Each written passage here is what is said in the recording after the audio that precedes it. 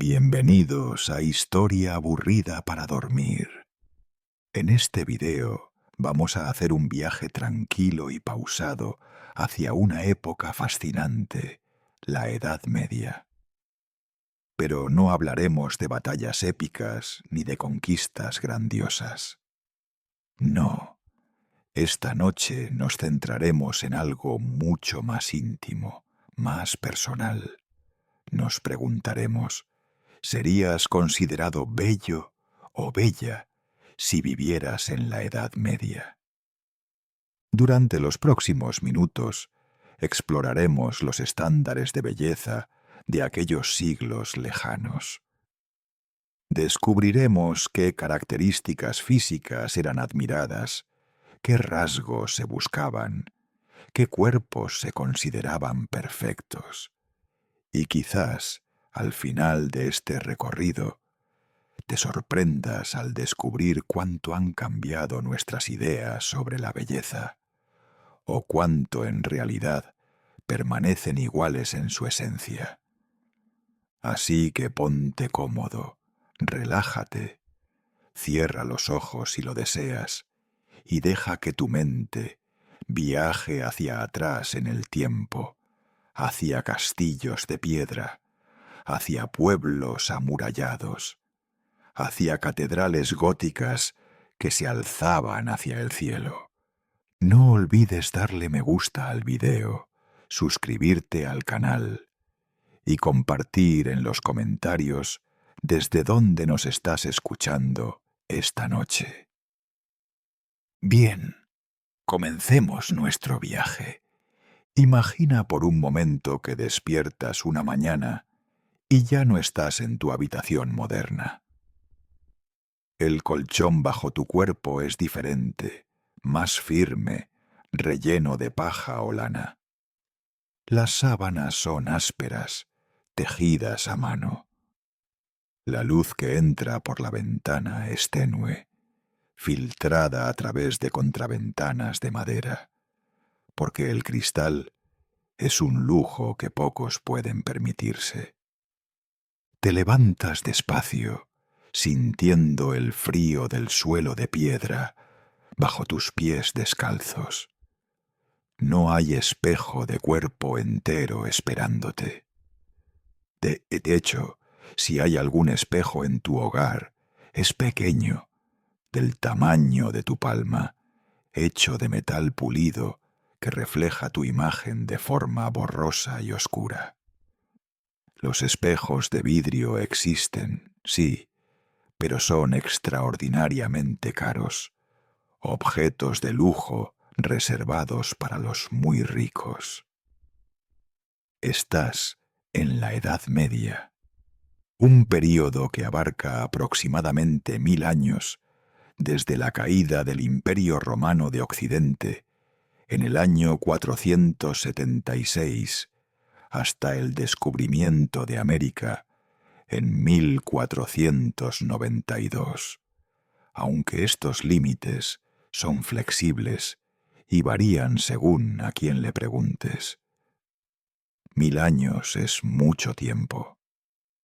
Para ponerlo en perspectiva, 1000 años hacia atrás, desde nuestro presente, nos llevaría solo hasta el año 1024, todavía dentro de la Edad Media. Es un período largo, complejo, lleno de cambios y variaciones. Durante estos siglos, Europa pasó por transformaciones profundas.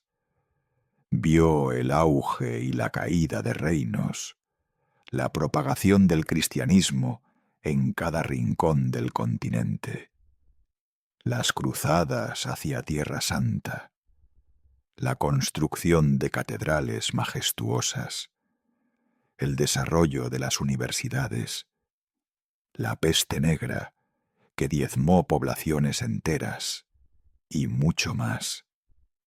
Pero en medio de todo esto, la gente común seguía viviendo sus vidas. Se enamoraban, se casaban, tenían hijos.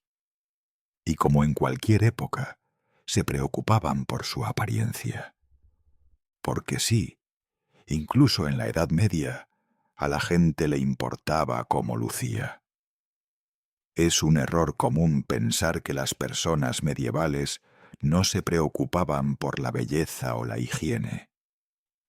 Claro, sus estándares eran diferentes a los nuestros, sus métodos eran distintos, pero el deseo de ser atractivo, de gustar a los demás, de cumplir con los ideales de belleza de su tiempo, ese deseo era tan humano entonces como lo es ahora. Entonces, ¿qué hacía bella a una persona en la Edad Media? La respuesta no es simple, porque dependía de muchos factores. Dependía de si eras hombre o mujer. Dependía de tu clase social. Dependía de la región de Europa en la que vivieras. Dependía del siglo específico, porque la Edad Media de Carlomagno, en el año 800, era muy diferente de la Edad Media de Juana de Arco, en el año 1400. Pero hay algunos hilos comunes que podemos seguir, algunas ideas que se mantienen relativamente constantes a través de los siglos medievales. Primero, y esto es crucial, la belleza en la Edad Media estaba profundamente entrelazada con la moralidad y la espiritualidad. La Iglesia católica era la institución más poderosa de Europa, y su influencia se extendía a todos los aspectos de la vida, incluida la percepción de la belleza. Según la doctrina cristiana medieval, la belleza verdadera era la del alma, no la del cuerpo. El cuerpo era temporal, corruptible, sujeto a la enfermedad y la muerte. El alma era eterna. Los teólogos medievales escribieron extensamente sobre este tema. San Agustín, cuyas obras del siglo IV y V seguían siendo enormemente influyentes durante toda la Edad Media, argumentaba que la belleza física era un reflejo pálido de la belleza divina.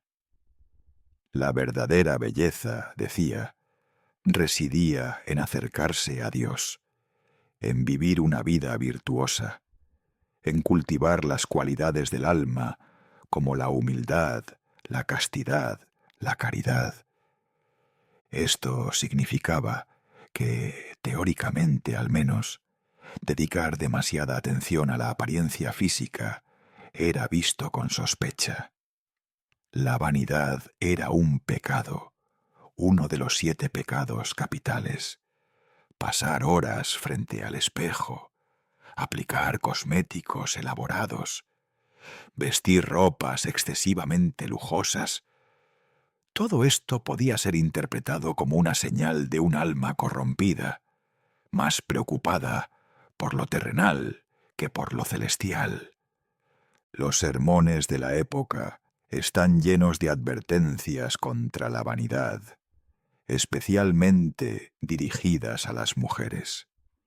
Los predicadores condenaban el uso de maquillaje, diciendo que era un intento de engañar, de presentar una falsa fachada, de mejorar lo que Dios había creado, lo cual era una forma de blasfemia. El cabello elaboradamente peinado, las ropas ajustadas que revelaban la forma del cuerpo, los colores brillantes y llamativos, todo esto era denunciado desde los púlpitos como vanidad pecaminosa. Pero aquí está el asunto interesante. A pesar de todas estas admoniciones religiosas, la gente seguía preocupándose por su apariencia. Seguían usando cosméticos, aunque quizás de forma más discreta. Seguían eligiendo cuidadosamente sus ropas. Seguían intentando cumplir con los ideales de belleza de su tiempo. Porque al final somos humanos y el deseo de ser encontrados atractivos es profundamente humano. Así que se desarrolló una especie de doble estándar. Públicamente, especialmente en contextos religiosos, se valoraba la modestia, la simplicidad, la negación de la vanidad. Pero en privado, en los contextos sociales de la corte, en los poemas de amor de los trovadores, en los romances caballerescos, la belleza física era celebrada, admirada, deseada. Este conflicto entre el ideal espiritual y la realidad humana es uno de los aspectos más fascinantes de la cultura medieval y se refleja de manera interesante en los estándares de belleza de la época. Ahora, antes de sumergirnos en los detalles específicos de qué rasgos físicos eran considerados bellos, es importante entender que en la Edad Media, como en cualquier período de la historia, la belleza estaba fuertemente asociada con el estatus social y la salud. Piénsalo de esta manera. En una época en la que la mayoría de la población trabajaba duras horas bajo el sol, en los campos, en los talleres, una piel pálida y sin manchas indicaba que no tenías que trabajar al aire libre. Indicaba riqueza, ocio, una vida protegida. De manera similar, un cuerpo bien alimentado, sin las señales de desnutrición o enfermedad, era un signo de privilegio en una época en la que el hambre y la enfermedad eran realidades constantes para muchos. Un cuerpo que mostraba los signos de buena nutrición, de tener suficiente comida, no sólo de sobrevivir sino de prosperar. Ese era un cuerpo bello, porque era un cuerpo raro, inusual, privilegiado. La salud también jugaba un papel fundamental. En una época sin antibióticos, sin anestesia moderna, sin comprensión de los gérmenes o la higiene como la entendemos hoy, la enfermedad era omnipresente. La viruela dejaba cicatrices profundas en la piel.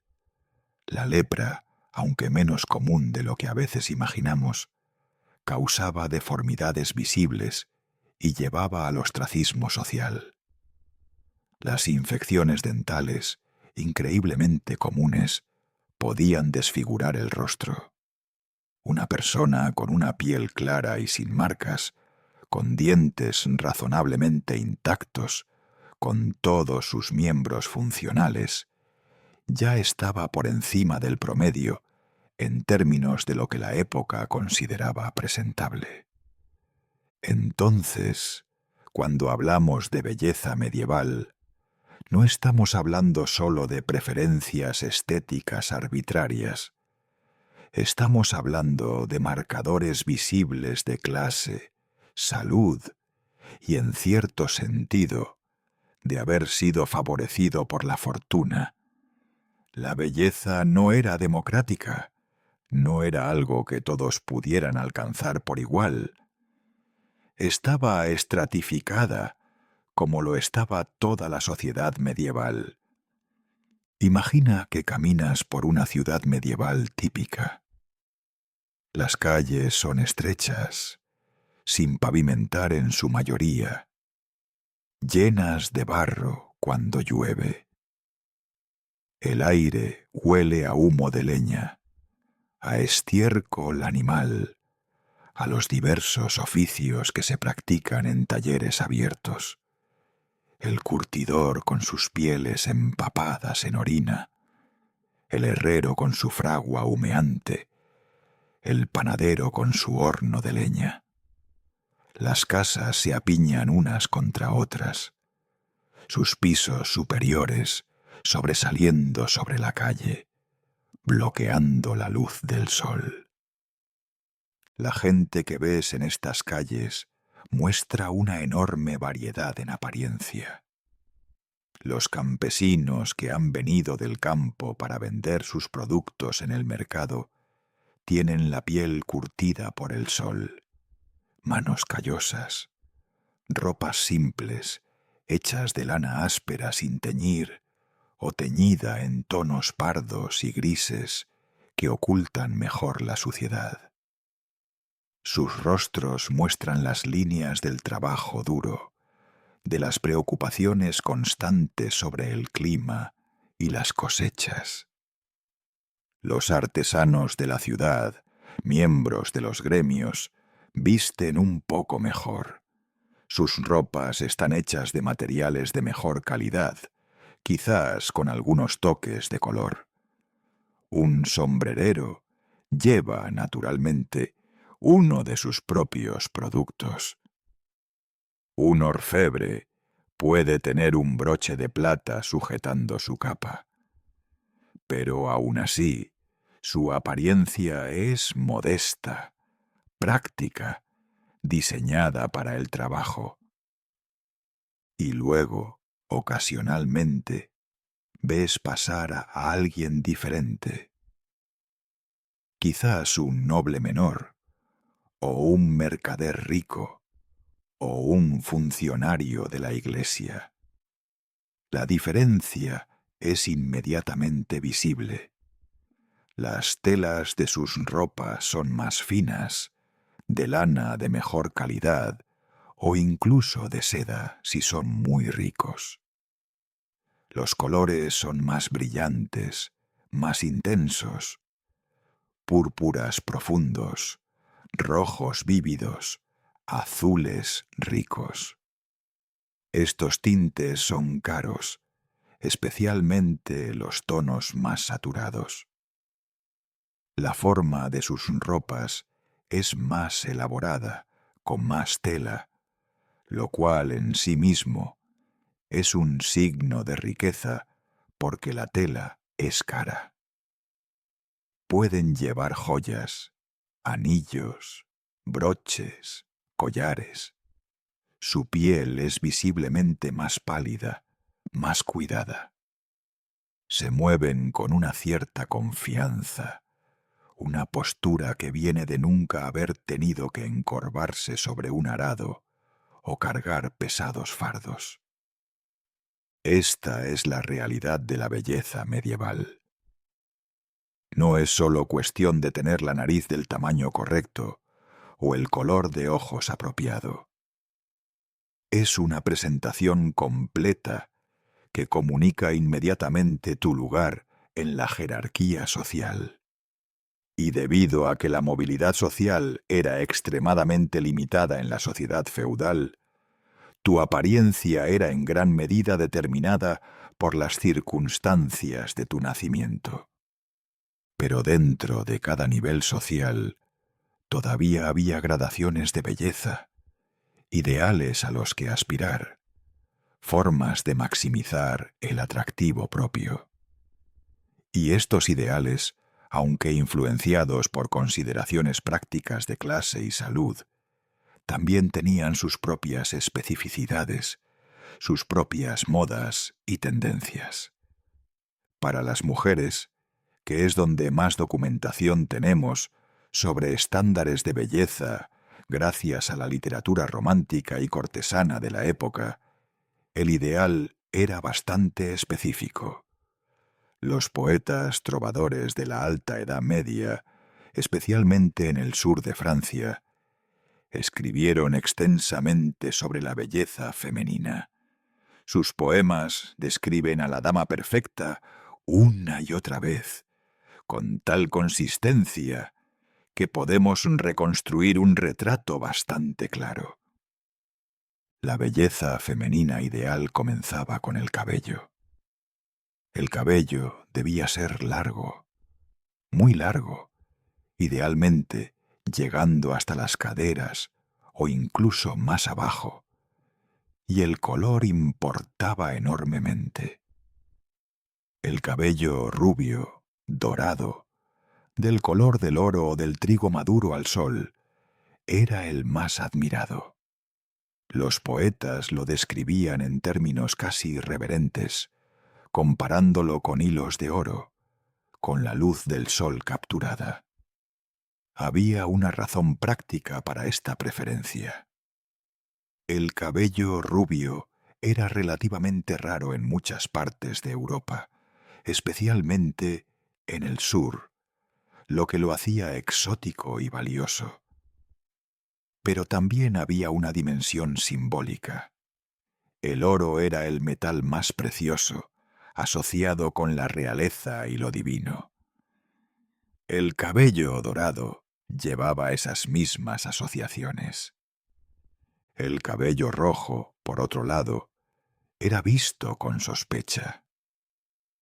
En la iconografía cristiana, Judas Iscariote, el traidor que entregó a Jesús, era frecuentemente representado con cabello rojo. El rojo era el color del fuego, de la sangre, de la pasión descontrolada. Las pelirrojas eran a veces sospechadas de tener temperamentos fogosos, o peor, de brujería. Esto no significa que todas las mujeres pelirrojas fueran evitadas, pero ciertamente no cumplían con el ideal estético más elevado. El cabello oscuro era más aceptable, especialmente en regiones donde era común, pero rara vez era celebrado en la poesía de la forma en que lo era el cabello rubio.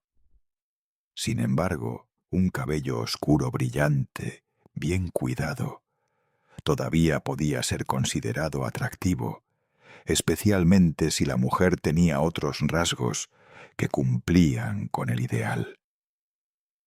Después del cabello, la frente. Y aquí es donde los gustos medievales divergen dramáticamente de los modernos. En la Edad Media, especialmente desde el siglo XIII en adelante, una frente alta y amplia era considerada extremadamente atractiva. No estamos hablando de solo un poco alta, estamos hablando de una frente que ocupaba una porción significativa del rostro. Era tan valorada esta característica que las mujeres de la nobleza a menudo se depilaban el cabello en la línea del nacimiento del pelo, a veces también las cejas, para crear la ilusión de una frente aún más alta y despejada. ¿Por qué? Hay varias teorías. Una es que una frente alta era vista como un signo de inteligencia y nobleza. Otra es que creaba una impresión de rostro largo y ovalado, que era el ideal. También hay un elemento práctico. Depilar la línea del cabello permitía que los elaborados tocados y velos de la época se asentaran mejor sobre la cabeza. Pero fuera cual fuera la razón, el resultado es que muchos retratos medievales de mujeres hermosas nos parecen un poco extraños a ojos modernos, con sus frentes amplias y brillantes y sus cejas casi inexistentes. Los ojos debían ser grandes y expresivos, pero no demasiado. La mirada debía ser suave, modesta, porque una mujer que miraba directamente a los ojos de un hombre con demasiada intensidad podía ser considerada desvergonzada. El color de ojos azul era a menudo mencionado en los poemas como particularmente bello, pero ojos oscuros también podían ser admirados si eran descritos como brillantes y claros. La nariz debía ser recta y pequeña, o al menos de tamaño moderado. Las descripciones literarias a menudo la mencionan solo brevemente, lo cual sugiere que mientras no fuera particularmente grande o torcida, no era un foco principal de atención. Las mejillas eran importantes. Debían tener un toque de color rosado, pero no demasiado. El rubor debía sugerir salud y juventud, pero no el enrojecimiento de alguien que trabaja al aire libre. Era un equilibrio delicado. El rubor debía parecer natural, como si viniera desde dentro, un efecto de modestia o de emociones delicadas, no de trabajo físico o de exceso de maquillaje. La boca debía ser pequeña, con labios ni demasiado gruesos ni demasiado delgados, de un color rojo natural. Una boca pequeña era vista como femenina y delicada. Las mujeres a veces trataban de hacer que sus bocas parecieran más pequeñas mediante técnicas de maquillaje, aplicando base pálida sobre los bordes exteriores de los labios para minimizar su apariencia. Los dientes eran, por supuesto, un desafío. En una época sin pasta dental moderna, sin fluoruro, sin dentistas como los conocemos hoy, mantener los dientes sanos era difícil. La dieta medieval, aunque quizás no tan alta en azúcar refinada como la nuestra, todavía podía causar caries.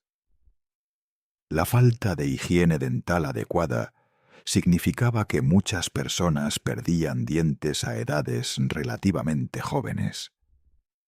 Tener un conjunto completo de dientes blancos y sanos era raro y, por lo tanto, valioso. Los manuales de belleza medieval ofrecían varios remedios para blanquear y limpiar los dientes, desde frotarlos con tela hasta usar pastas hechas de ingredientes variados, algunos más efectivos que otros. La piel del rostro, y de hecho de todo el cuerpo, debía ser pálida. Esto es quizás uno de los estándares más consistentes a través de toda la Edad Media y en todas las regiones de Europa. La piel pálida era el marcador supremo de estatus. Como mencioné antes, significaba que no trabajabas al aire libre, que no estabas expuesta al sol como una campesina. Pero había más que eso. La palidez también tenía connotaciones de pureza, de delicadeza, de refinamiento espiritual. La piel no sólo debía ser pálida, sino también suave, sin manchas, sin pecas, sin cicatrices. En una época en la que las enfermedades de la piel eran comunes, en la que la viruela podía dejar el rostro marcado permanentemente, en la que la exposición constante a los elementos podía hacer que la piel se volviera áspera y curtida. Tener una piel perfecta era un lujo extraordinario. Las mujeres de las clases altas iban a grandes extremos para mantener su palidez. Usaban sombreros amplios, velos, guantes, cualquier cosa para evitar la exposición al sol. Aplicaban blanqueadores faciales, preparaciones hechas de diversos ingredientes. Algunos eran relativamente inofensivos, como mezclas de harinas y hierbas. Otros eran decididamente peligrosos. El plomo blanco, o cerusa, era un cosmético popular para blanquear la piel. Se aplicaba como una pasta espesa para crear un rostro perfectamente pálido. El problema, por supuesto, era que el plomo es tóxico. El uso prolongado podía llevar a envenenamiento por plomo, causando una variedad de síntomas horribles incluyendo, irónicamente, daño permanente a la piel. Pero la búsqueda de la belleza ideal era lo suficientemente poderosa como para que muchas mujeres estuvieran dispuestas a correr ese riesgo. Imagina por un momento que eres una noble en el siglo XIV. Tu día comienza temprano, aunque no necesariamente al amanecer como para los campesinos. Tus sirvientas llegan a tu cámara, abren las contraventanas para dejar entrar la luz de la mañana, te ayudan a levantarte de la cama, te ayudan a vestirte en capas de lino, luego tu vestido principal, luego las sobrevestas y el día es formal. Pero antes de vestirte está el asunto de la ablución matutina. Te lavas el rostro y las manos en un lavabo, con agua que ha sido calentada sobre el fuego. Usas un paño suave y quizás un jabón suave, hecho de grasa animal y cenizas. Contrario al mito popular, la gente medieval sí se lavaba.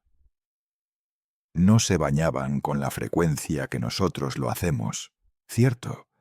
En parte porque calentar grandes cantidades de agua era laborioso, pero se lavaban las partes visibles del cuerpo regularmente. Después del lavado, es el momento de los cosméticos si los usas. Y aquí hay que ser cuidadosa, porque como dama noble, cristiana devota, no quieres parecer excesivamente vanidosa. Los cosméticos deben aplicarse con sutileza, de manera que mejoren tu apariencia natural, sin hacer obvio que estás usando ayuda artificial. Primero, la base blanqueadora.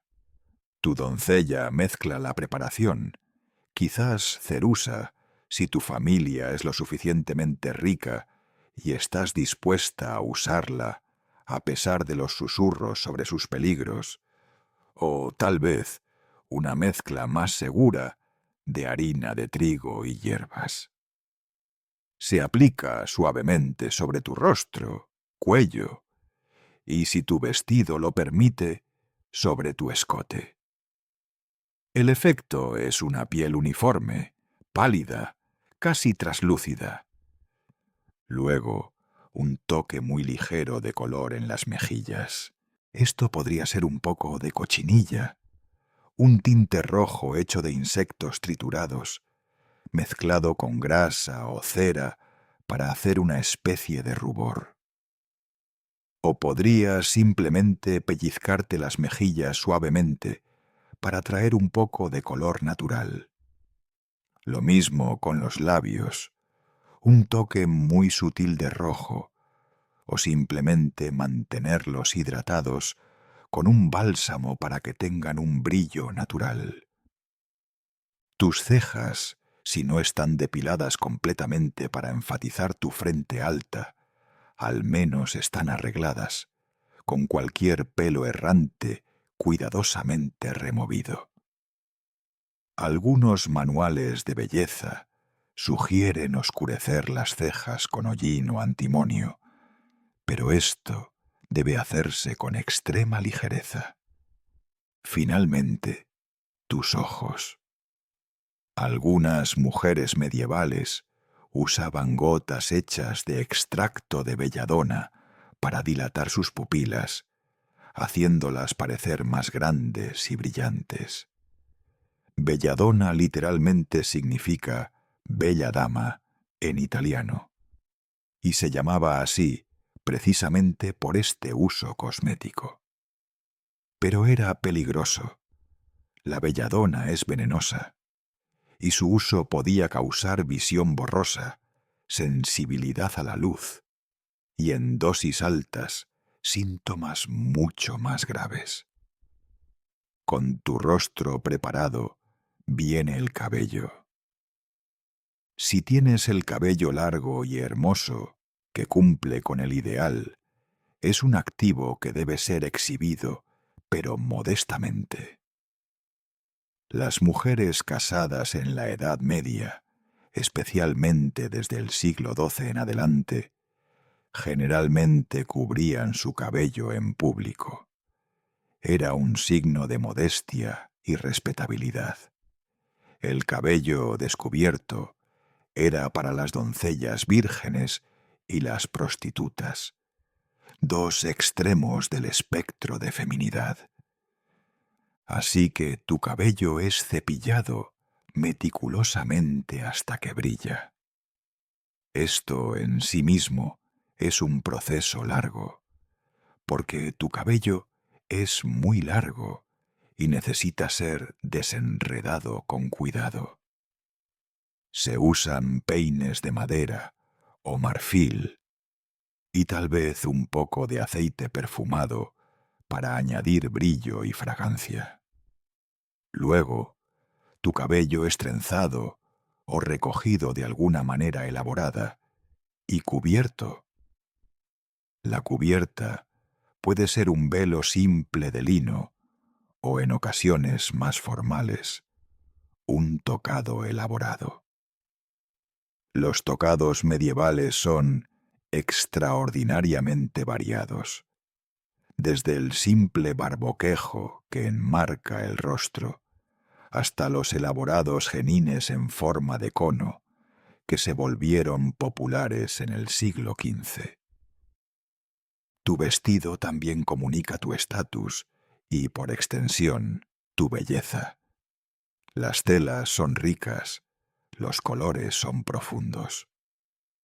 La forma del vestido enfatiza o crea la silueta ideal de la época, que varía un poco según el período específico, pero generalmente enfatiza una figura larga y delgada. Cuando finalmente sales de tu cámara para comenzar el día, cada aspecto de tu apariencia ha sido cuidadosamente considerado y preparado. No es vanidad, te dices a ti misma, o al menos no solo vanidad. Es apropiado para tu rango. Es una forma de mostrar respeto por tu familia, por tu esposo, por los invitados que puedas recibir. Es cumplir con lo que se espera de una dama de tu posición. Pero, por supuesto, no todas las mujeres medievales eran nobles. La gran mayoría eran campesinas, artesanas, sirvientas, mujeres que trabajaban duro para sobrevivir. Para ellas, los elaborados rituales de belleza de la nobleza eran imposibles, incluso si hubieran querido participar en ellos.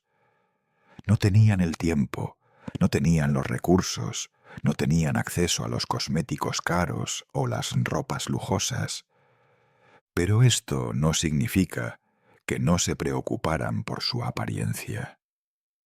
Dentro de los límites de sus vidas, aún trataban de lucir lo mejor posible. Se lavaban cuando podían.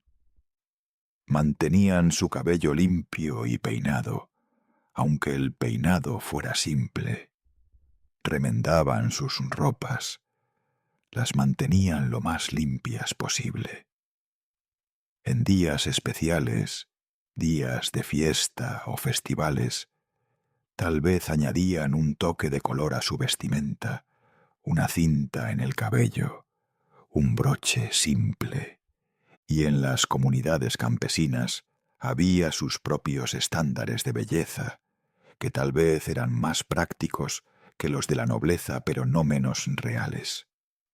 Una mujer fuerte, capaz de trabajar duro, de tener hijos sanos, de manejar un hogar. Eso era valioso. Pero aún así, ciertos rasgos eran admirados. Una cara agradable, un cabello abundante, dientes decentes, una postura erguida, estas cosas importaban. Y el amor existía en todas las clases sociales. Los campesinos se enamoraban tanto como los nobles.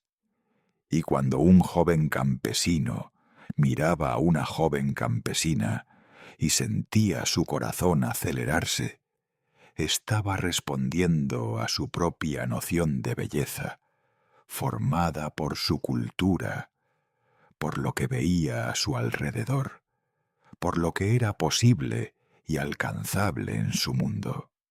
La belleza, después de todo, no existe en un vacío. Es siempre relativa, siempre contextual. Lo que es bello en un lugar y tiempo puede no serlo en otro. Y en la Edad Media, con sus divisiones sociales rígidas, sus limitaciones prácticas, sus influencias religiosas omnipresentes, la belleza tomaba formas específicas, adaptadas a las realidades de la vida medieval. Pero hay algo universalmente humano en el deseo de ser encontrado atractivo. Es parte de nuestra naturaleza social, de nuestro deseo de conexión, de amor, de aceptación. Y ese deseo se expresaba en la Edad Media tanto como en cualquier otra época, solo que de maneras diferentes, con diferentes herramientas, con diferentes ideales. Ahora hemos hablado mucho sobre el rostro y el cabello, pero ¿qué hay del cuerpo? En la Edad Media, el cuerpo estaba mucho más oculto que en nuestra época. Las ropas eran voluminosas, cubrían desde el cuello hasta el suelo, con mangas largas. Mostrar demasiada piel era considerado indecente. Incluso los escotes profundos que vemos en algunos retratos de nobles del siglo XV eran relativamente escandalosos en su tiempo, y eran un privilegio de la muy alta nobleza que podía permitirse cierta libertad con las convenciones. Entonces, el cuerpo debajo de las ropas era en gran parte un misterio, incluso para parejas casadas en algunos casos, dado que las relaciones sexuales a menudo ocurrían en la oscuridad, con camisas de dormir que se levantaban solo lo necesario. Pero aún así, había ideales sobre cómo debía ser el cuerpo, especialmente el cuerpo femenino. Las descripciones literarias de mujeres hermosas en los romances medievales a menudo mencionan pechos pequeños y firmes, comparados con manzanas. La palabra clave aquí es pequeños. Los pechos grandes no eran particularmente admirados.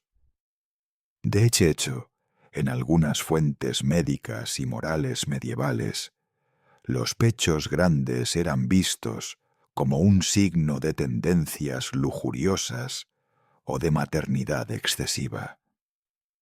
Los pechos pequeños y firmes sugerían juventud y virginidad. La cintura debía ser estrecha, aunque esto era más un ideal que algo que las ropas de la época enfatizaban mucho.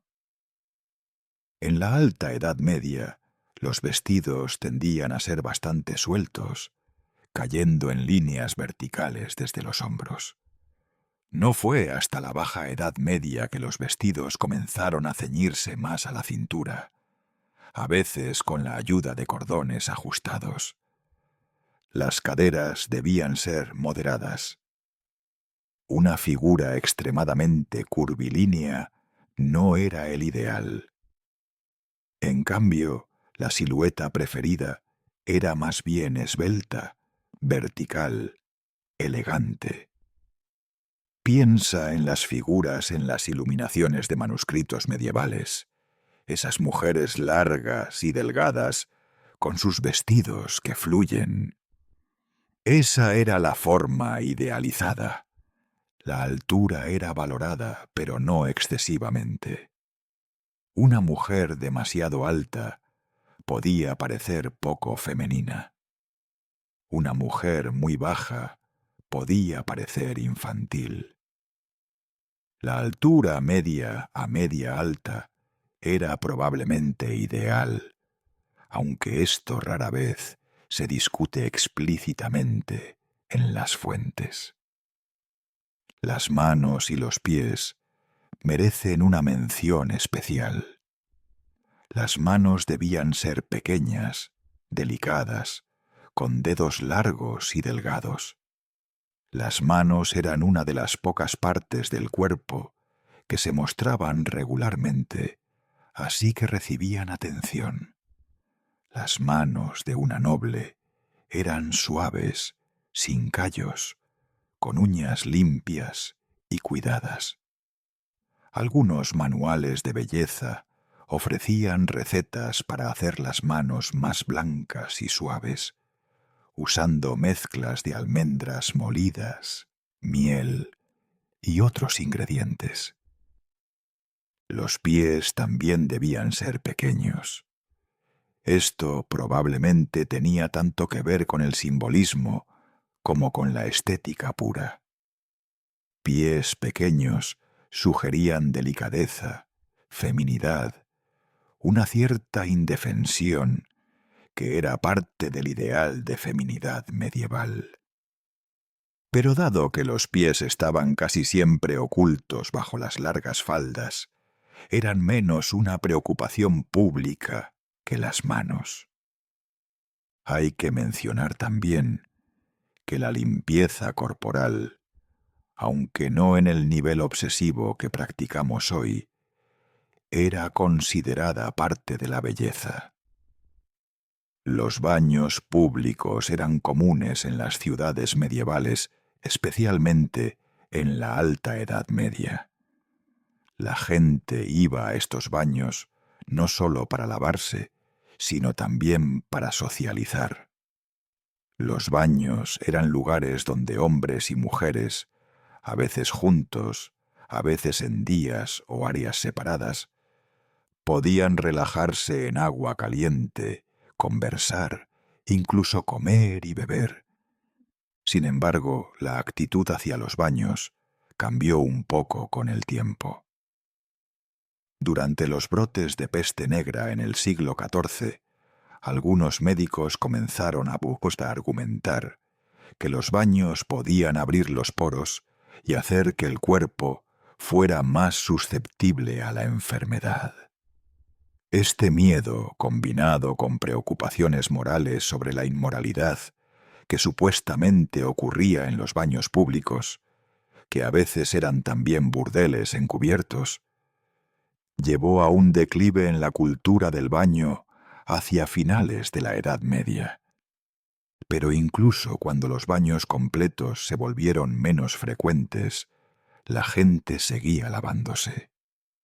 El lavado de manos y cara era diario para aquellos que podían. Cambiar la ropa interior de lino con regularidad también era considerado importante, porque se creía que el lino limpio absorbía la suciedad del cuerpo. Así que aunque tu vestido exterior pudiera no lavarse con frecuencia, porque era difícil lavar y secar prendas de lana pesadas, tu camisa de lino que estaba contra tu piel sí se cambiaba regularmente.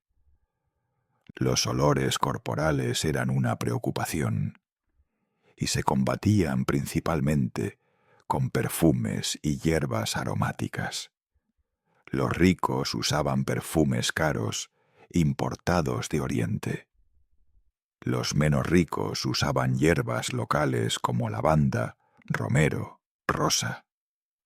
Estas se cosían en pequeñas bolsas, llamadas saquitos de hierbas, que se llevaban en la ropa o se colocaban entre las capas de ropa guardada.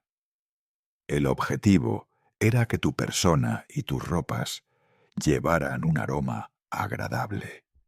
Ahora, Todo esto que he estado describiendo se aplica principalmente a las mujeres, porque las mujeres eran el foco principal de las descripciones de belleza en la literatura medieval. Pero ¿qué hay de los hombres? Los hombres medievales también tenían estándares de belleza a los que aspirar, aunque eran diferentes de los femeninos en aspectos importantes. Para un hombre, la belleza estaba más entrelazada con la masculinidad, con la fuerza, con la capacidad de ser un guerrero, o al menos de proyectar una imagen de potencia masculina. Pero esto no significaba que la apariencia física no importara. Importaba mucho, especialmente para los nobles, para los caballeros, para aquellos que se movían en círculos cortesanos. El ideal masculino medieval, al menos entre la nobleza, era el caballero, valiente, fuerte, hábil en las armas, pero también refinado, educado en las artes corteses, capaz de tocar música, de componer poesía, de conversar elegantemente. Esta combinación de cualidades marciales e intelectuales se reflejaba en el ideal físico. Un hombre debía ser alto y bien formado, con hombros anchos que sugerían fuerza. Su postura debía ser erguida, orgullosa, la postura de alguien acostumbrado a la autoridad. Sus brazos y piernas debían ser musculosos, pero no excesivamente abultados, mostrando la fuerza funcional de alguien entrenado en la espada y la equitación. El rostro masculino ideal tenía algunas similitudes con el femenino, pero también diferencias clave. La piel pálida también era valorada en los hombres nobles, por las mismas razones de clase que para las mujeres. Un noble no trabajaba bajo el sol como un campesino. Su palidez mostraba su estatus. Los rasgos faciales debían ser fuertes pero regulares. Una mandíbula firme, una nariz recta y bien formada, ojos claros y directos que podían mirar a otro hombre sin parpadear. La cobardía o la debilidad de carácter se creía que se mostraban en el rostro. Así que un rostro que proyectaba fortaleza y nobleza de espíritu era admirable. El cabello masculino también importaba, y aquí las modas variaban considerablemente a lo largo de los siglos medievales. En algunos períodos, el cabello corto era la norma. En otros, especialmente en ciertos momentos de la Alta Edad Media, los hombres nobles llevaban el cabello bastante largo, hasta los hombros o más. El cabello rubio también era admirado en los hombres, aunque quizás no con el mismo fervor que en las mujeres. La barba es un tema interesante. Las actitudes hacia la barba masculina cambiaron dramáticamente durante la Edad Media. En la Alta Edad Media temprana, especialmente entre los francos y otros pueblos germánicos, las barbas largas eran comunes y admiradas. Una barba larga y bien cuidada era un signo de masculinidad, sabiduría, autoridad. Los reyes, como Carlomagno, son frecuentemente representados con barbas impresionantes. Sin embargo, las modas cambiaron. En ciertos períodos, especialmente alrededor de los siglos XI y XII, estar bien afeitado se volvió más común entre la nobleza. Esto puede haber sido influenciado por la Iglesia, cuyos clérigos normalmente no llevaban barba, o simplemente por cambios en las modas cortesanas. Un rostro afeitado mostraba los rasgos más claramente y también requería cierto esfuerzo y cuidado diario, lo cual en sí mismo era un signo de refinamiento.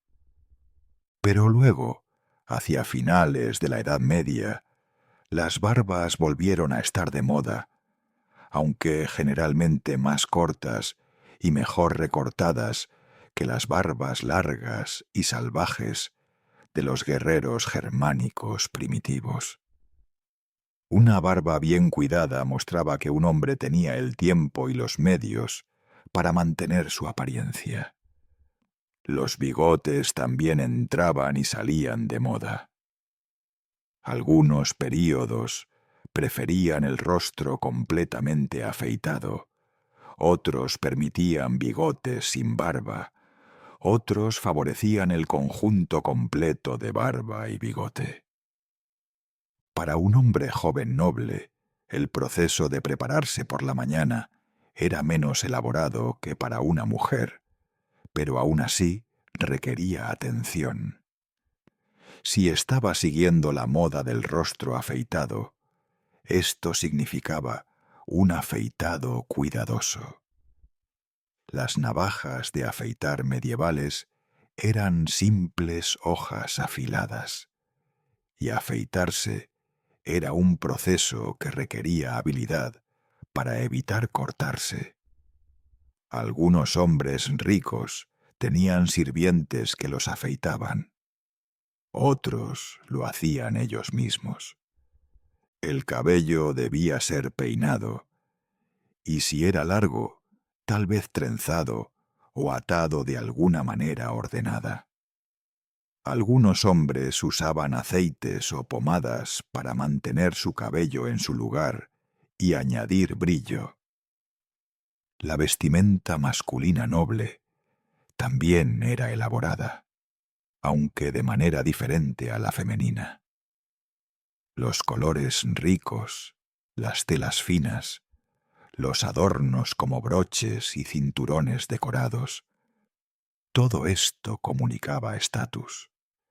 A diferencia de las mujeres, los hombres mostraban más de sus piernas, usando calzas ajustadas que revelaban la forma de las piernas.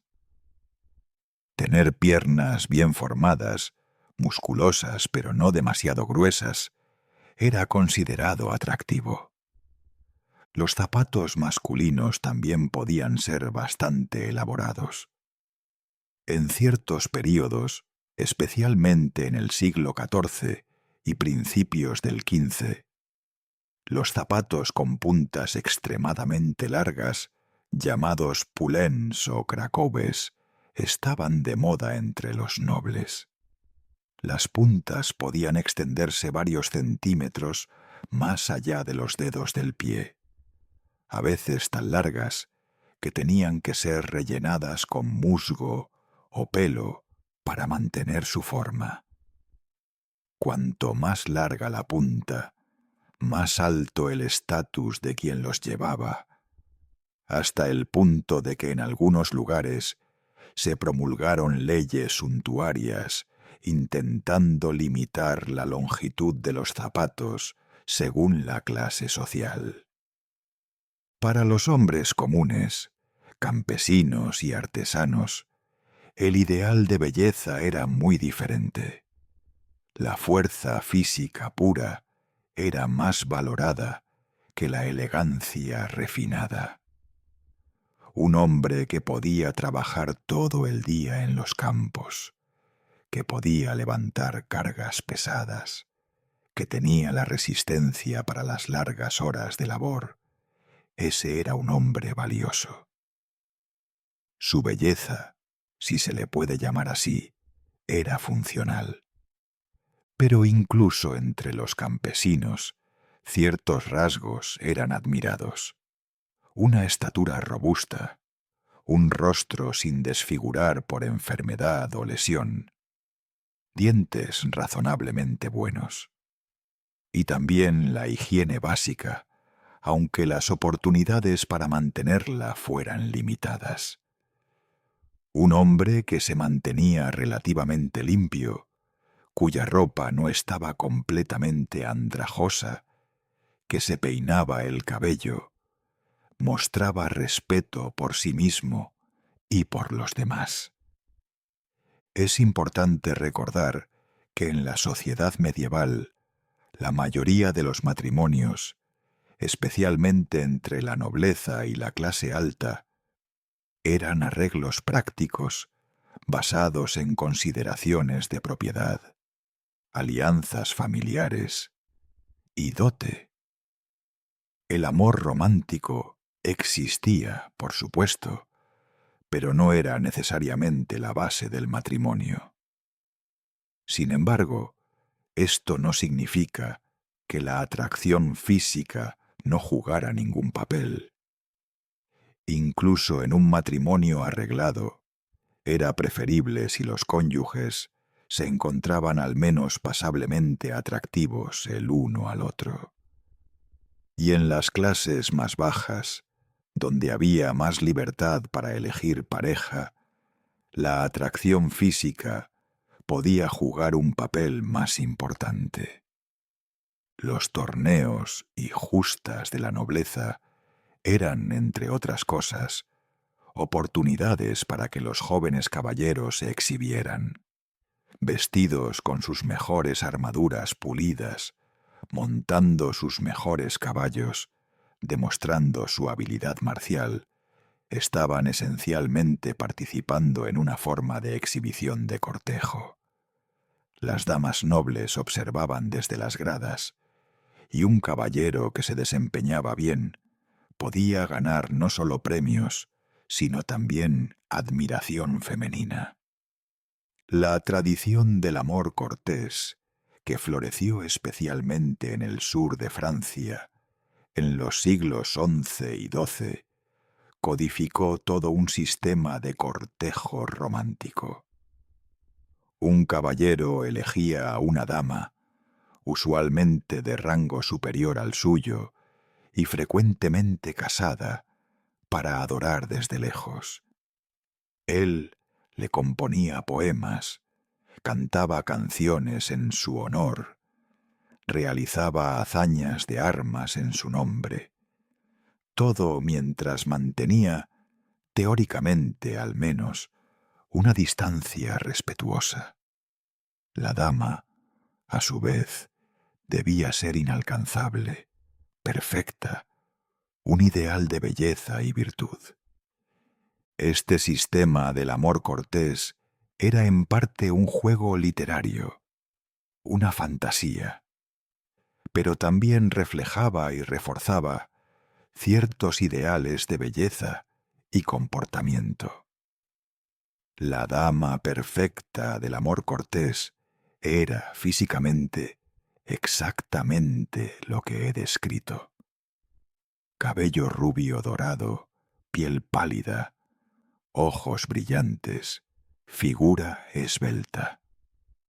Pero también tenía cualidades menos tangibles: gracia, elegancia, una cierta cualidad etérea que la hacía parecer más un ángel que una mujer terrenal. Los trovadores que componían y cantaban estas canciones de amor cortés pintaban retratos con palabras de sus damas ideales. Y estas descripciones, repetidas una y otra vez en poemas y canciones que se difundían por toda Europa, ayudaron a establecer y mantener los estándares de belleza de la época. Una joven noble, escuchando estas canciones, aprendería qué rasgos eran admirados, qué cualidades debía cultivar o simular. Pero había una tensión interesante en todo esto, porque mientras la literatura cortesana celebraba la belleza física femenina en términos casi idólatras, la Iglesia seguía insistiendo en que tal enfoque en lo físico era pecaminoso, una distracción de lo espiritual. Los predicadores denunciaban los torneos como vanidades peligrosas. Condenaban la poesía de los trovadores como licenciosa e inmoral. Advertían que la belleza física era transitoria, que se desvanecería con la edad, que no valía la pena el riesgo para el alma inmortal. Esta tensión nunca se resolvió realmente. En cambio, la gente medieval vivía con ella, navegando entre las demandas de su fe y las realidades de su humanidad. Una mujer podía usar cosméticos para cumplir con los estándares de belleza de su clase, pero también rezar por perdón por su vanidad. Un hombre podía admirar la belleza de una mujer, pero también se le enseñaba a ver más allá de lo físico, hacia las cualidades del alma.